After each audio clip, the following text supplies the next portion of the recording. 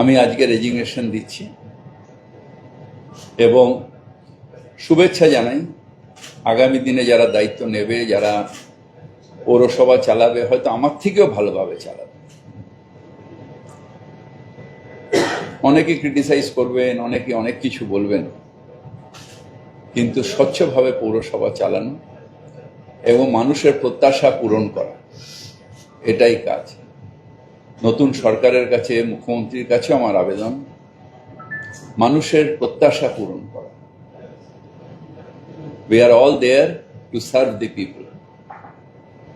আমরা মানুষকে সহায়তা করব, মানুষকে সার্ভিস দেব এবং যে বেস্ট সার্ভিস দেবে মানুষ তাকে চয়েস করবে। তাই শুভেচ্ছা দিয়ে আমি এই চেয়ার আজকে খালি করে দেব। আপনারা দেখছেন সময় বাংলা, সময়ের সাথে সবার পাশে।